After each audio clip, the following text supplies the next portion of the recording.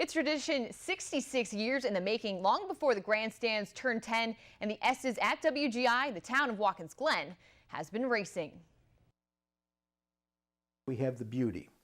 We've got the beauty, we've got one of the best courses in the world, and we've got the tradition. It all started with an idea and a passion. Cameron Artsinger had always loved racing, and he thought to bring that concept a little closer to home. And he liked European type racing and looked around, and this is before World War II, and he said, man, this would be a great place for public road racing like they do in Europe. So when my father proposed this, a race down the main street of Watkins Glen, past the courthouse, up 6 miles around the gorge, it was far out. It was kind of a crazy idea.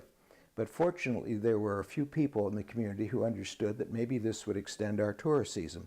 And on October 2nd, 1948, through the streets of Watkins Glen, that dream was realized and the legacy of racing in the Twin Tiers was born.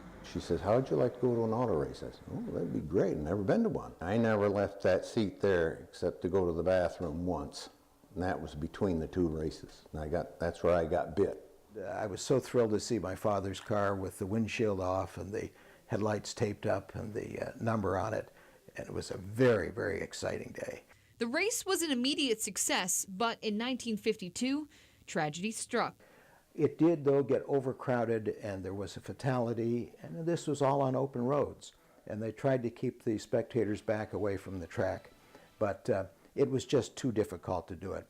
So the community all got together, and they built the track up on the hill. So in 1956, on 580 acres of land, construction began up on the hill now known as Watkins Glen International. He had the nerve to call the first race the Watkins Glen Grand Prix.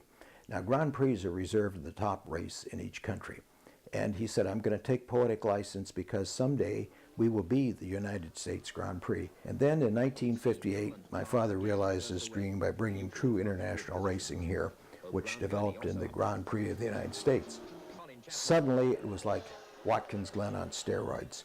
The whole international crowd came over, the British invasion, worldwide press, and soon we were having 250,000 people here. 66 years later, the cars have changed, the course has changed, but Artsinger's dream still lives on. There was always magic, at the Glen, whatever time it was. I went to Indy, been to England and all that, to the British Grand Prix, the German Grand Prix on the Real River. There ain't no place like Watkins Glen.